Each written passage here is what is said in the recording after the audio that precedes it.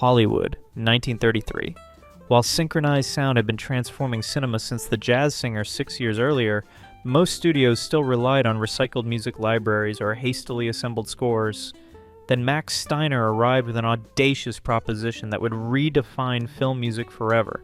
He wanted to compose nearly the entire runtime of original orchestral music for a movie about a giant ape. The Austrian-born composer faced a daunting deadline of just weeks to accomplish what seemed impossible.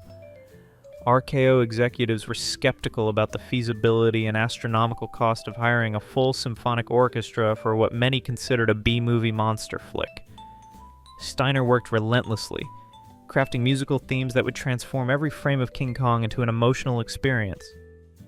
His groundbreaking approach abandoned generic background music in favor of distinct leitmotifs, musical signatures that followed each character and emotion throughout the film. Steiner's obsessive attention to detail became legendary as he synchronized the music to Kong's movements with pinpoint accuracy, ensuring every footstep, roar, and moment of terror had its perfect musical counterpart. Some colleagues questioned whether Steiner's frame-by-frame synchronization was worth the effort and expense.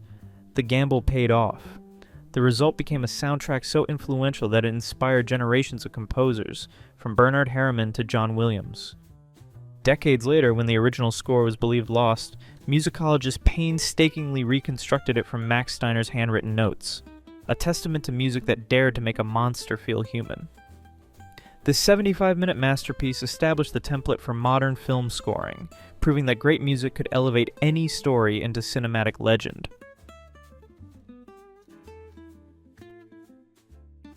Max Steiner faced an impossible deadline in 1939, over 2.5 hours of orchestral music for Gone with the Wind, and producer David O. Selznick wanted it yesterday. The Austrian-born composer had already revolutionized Hollywood scoring, but this assignment pushed him to his absolute limits.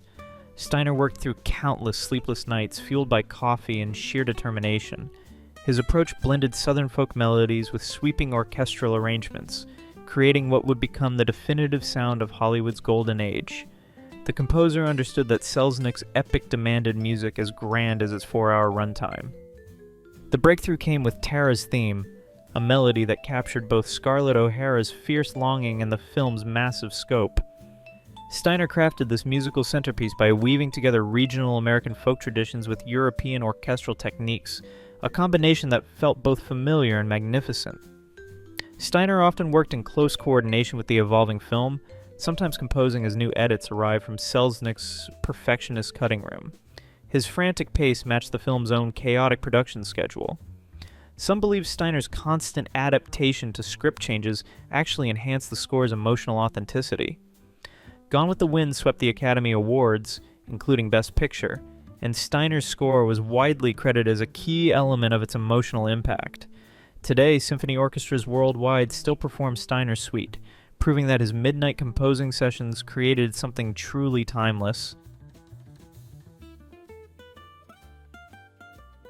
Early 1939, MGM's post-production rooms buzzed with debate as studio executives considered cutting a song they deemed too operatic for their fantasy musical.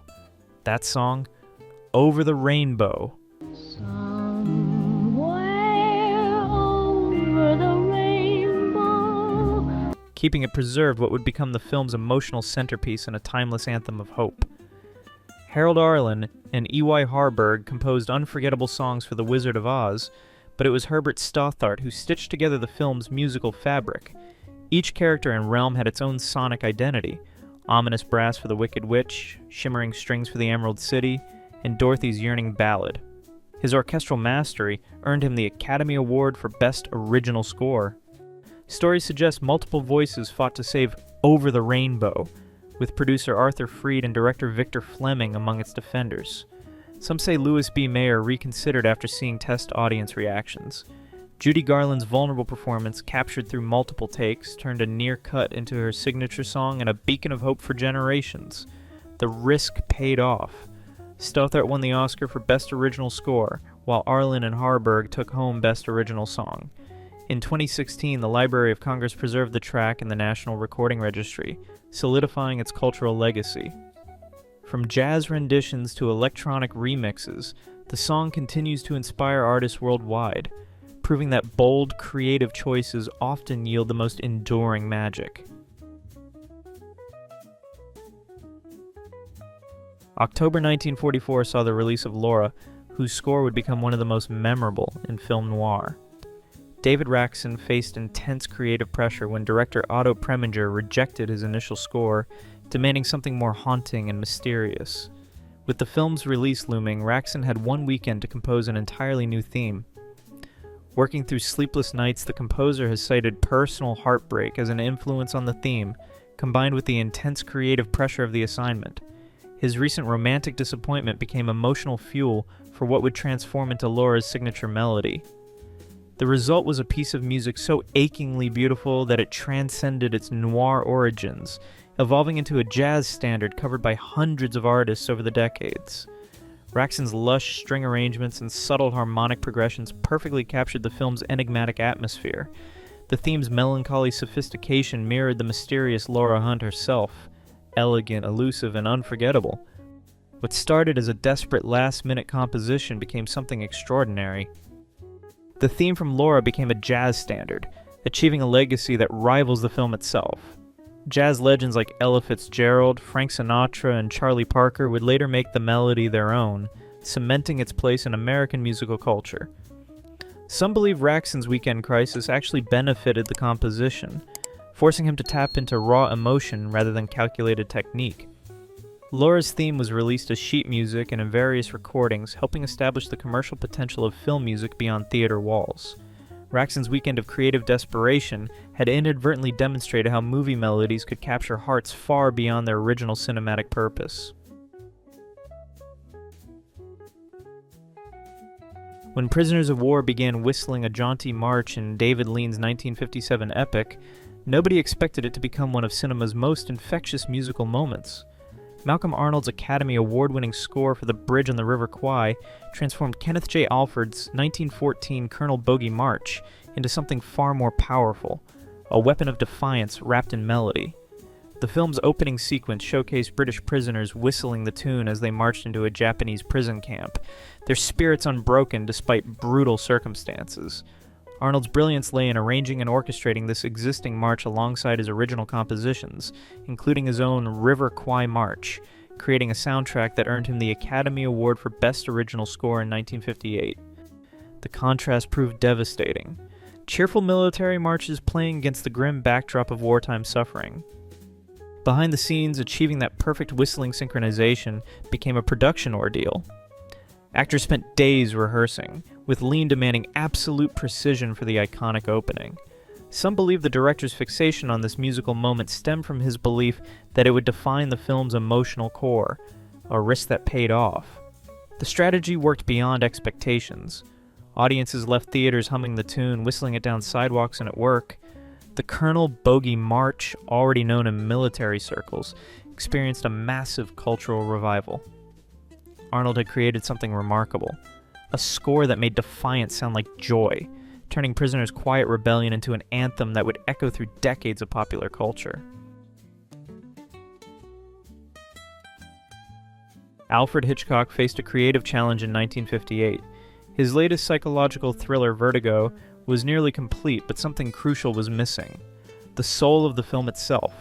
Hitchcock placed extraordinary importance on Bernard Herrmann's score, ensuring the music would be integral to the film's final impact through their unusually close collaboration during post-production.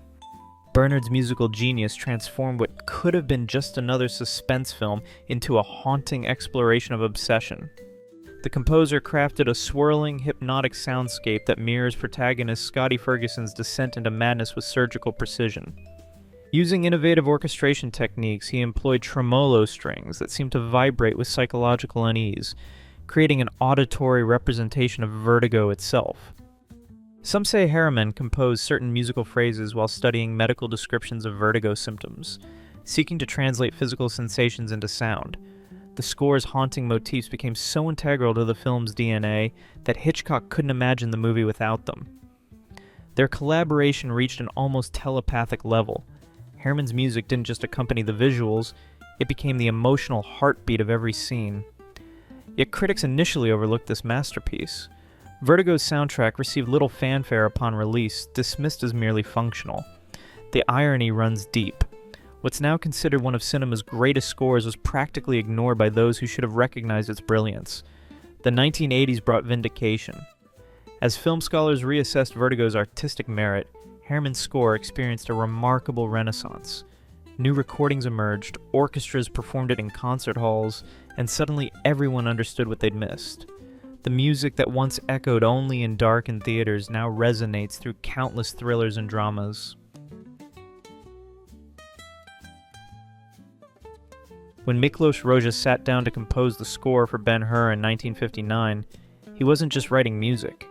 He was crafting an epic that would span over 3 hours of orchestral material, making it one of the most extensive scores ever written for a Hollywood film. The Hungarian-born composer dove deep into ancient musical traditions, studying historical melodies and adapting Western orchestral instruments to evoke the exotic timbres of first-century Jerusalem. Rozsa's meticulous research paid off. He blended authentic ancient motifs with his own dramatic orchestral style, creating a sound that felt both historically grounded and cinematically powerful. The composer's attention to detail was so thorough that film music scholars still dissect his work in universities across the globe.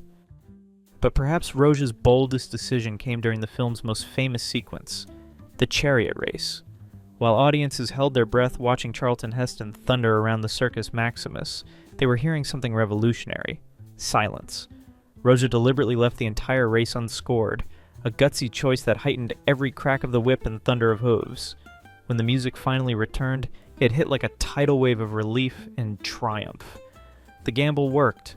Ben-Hur swept the Academy Awards, and Rozsa's score claimed the Oscar for Best Original Score.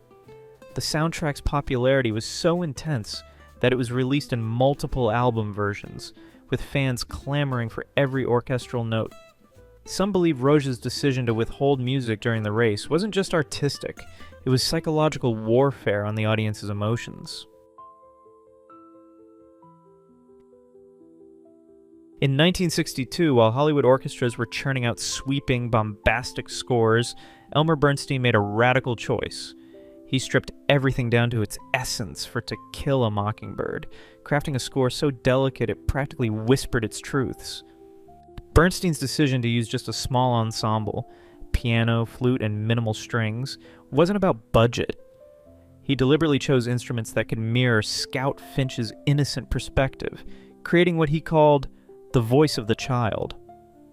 While epic films like Lawrence of Arabia thundered through theaters, Bernstein's gentle motifs drifted through Macomb County like summer air.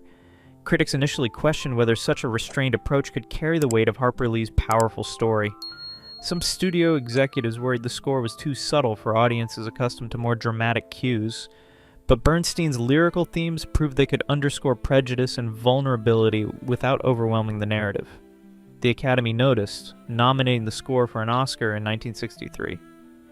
More telling, though, is how the music found its way into educational settings. School productions and literary events began incorporating Bernstein's themes, drawn to the score's ability to complement discussions of moral courage and social justice. The score's quiet power continues resonating decades later, proving that sometimes the most profound statements come wrapped in the gentlest packages. When Elmer Bernstein composed the score for The Magnificent Seven in 1960, the thunderous main theme that emerged would eventually overshadow the film itself. The rousing orchestral piece, with its bold brass fanfares and galloping rhythms, didn't just accompany the action, it defined what Western heroism sounded like for generations. Bernstein's brilliance lay in an unexpected fusion. Drawing inspiration from European classical composers, he blended sweeping orchestral grandeur with distinctly American folk motifs. The result was a sound that felt both epic and authentically frontier-born. The film's initial domestic box office performance was modest, but Bernstein's score had grander ambitions. When Marlboro cigarettes adopted the main theme for their commercials, the music galloped straight into American pop culture consciousness. Suddenly, those triumphant brass notes weren't just announcing cowboys. They were selling an entire mythology of rugged individualism. This commercial success helped transform The Magnificent Seven from a respectable Western into a cult classic. The score's energetic rhythms and soaring melodies elevated every scene. Bernstein had created something that transcended its original purpose. Decades later, the theme's legacy endures. Parodies reference it, tributes honor it, and Antoine Fuqua's 2016 remake paid homage to Bernstein's original work. That thunderous main theme continues writing into legend. Picture this. A studio executive wielding scissors, ready to slice one of cinema's most beloved songs from film history. That nearly happened to Moon River in 1961, when Paramount Pictures considered cutting Audrey Hepburn's tender performance from Breakfast at Tiffany's. River. The actress herself stepped in, reportedly declaring they'd have to cut her from the film before they touched her song. Henry Mancini had crafted something special when he composed the score for Blake Edwards' romantic drama. He understood Hepburn's vocal limitations. She wasn't a trained singer, so he deliberately wrote Moon River within a narrow range that suited her delicate, almost whispered delivery. That creative constraint became the song's greatest strength. The gamble paid off. Mancini won both Best Original Score and Best Original Song at the 1962 Academy Awards. Moon River became a phenomenon, climbing the charts and inspiring covers from jazz legends like Frank Sinatra to soul powerhouses like Aretha Franklin. The song's deceptively simple melody masked sophisticated jazz harmonies that captured the bittersweet essence of early 60s Manhattan. Some believe Mancini's blend of orchestral sophistication with accessible pop sensibilities didn't just define Breakfast at Tiffany's. It established a template for romantic film scoring that echoed through Hollywood for decades. 1960 introduced one of cinema's most chilling sounds, a shrieking violin that would haunt audiences for decades. Bernard Herrmann's score for Alfred Hitchcock's Psycho didn't just accompany the film, it became its heartbeat of terror. The infamous shower scene was nearly silent. Hitchcock initially believed visuals alone would suffice, but Herrmann composed the music anyway. His gamble paid off. Using only string instruments, partly due to budget constraints and partly for psychological effect, Herrmann created something revolutionary. Those 45 seconds of stabbing strings weren't just music, they were sonic violence. The piercing notes mimicked the knife, making viewers feel each blow. Herrmann later explained his goal was to make the audience experience the attack through sound. The minimalist approach exceeded expectations. Hitchcock was so impressed he reportedly increased Herrmann's fee, a rare move for the frugal director. The composer had turned a simple murder into cinema's most iconic moment of dread. Herrmann's stripped-down orchestration influenced generations of horror composers. His work proved that simplicity, when wielded with precision, could evoke maximum fear. Psycho's score remains a masterclass in how limitations can fuel innovation. Leonard Bernstein's 1961 score for West Side Story redefined what film music could be. Fusing jazz, Latin rhythms, and classical structure, he created a soundtrack that pulsed with urban energy and emotional depth. Songs like Tonight, Maria, and America became instant classics. Collaborating with lyricist Stephen Sondheim, Bernstein crafted numbers that advanced the story while standing strong on their own. America crackled with rhythmic tension while Tonight soared with operatic passion. The Academy honored the adaptation team. Saul Chaplin, Johnny Green, Sid Raman, and Irwin Kostal, with the Oscar for Best Scoring of a Musical Picture. The soundtrack spent 54 weeks atop the Billboard 200, becoming one of the best-selling film albums ever. Though initially cautious about film scoring, Bernstein embraced the project's ambition. His perfectionism reportedly led to creative clashes, but the result was a genre-blending masterpiece. West Side Story's music continues to captivate through revivals, and Spielberg's 2021 adaptation, securing its place in cinematic history. If you've enjoyed this video, please leave a like and comment. Also consider subscribing and hitting the notification bell to get notified of our new videos each week. Thanks for watching.